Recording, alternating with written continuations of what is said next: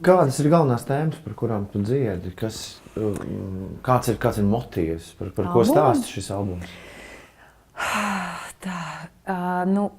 Kārtējo reizi tā amplitūda ir milzīga, bet varbūt tāda atšķirība, kas iepriekšējos albumus nav parādījušās, tā ir sociālā tēma, kas ir ne tikai vienā, bet pat jau arī viena no jaunām dziesmām, kas uzrakstījās tādā diezgan ekstrēmā veidā runā par šīm lietām, vairāk runa par mūsu atšķirībām dažādās kultūrās, zemēs. Un par to, ka tā galvenā doma patiesībā ir mīlestība. Vai šim albumam ir nosaukums? Jā? Vēl nav. Vēl nav. Mēs par to domājam ierakstu laikā un visādas idejas radās.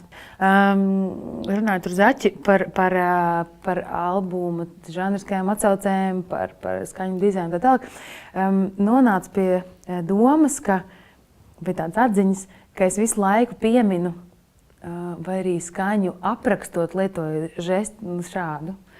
Un ka būs tādas varbūt kaut kādas gospeļu mūzikas, kaut kādas krāsas tad no 60.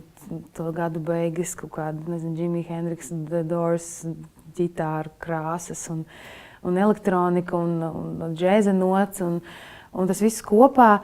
Es vienalga, lai cik teiksim, tādas laicīgas būtu dziesmu tēmas, man gribas šo sajūtu augšup. Es nezinu, vai tas vai Izklausās, ka albuma nosaukums būs Up.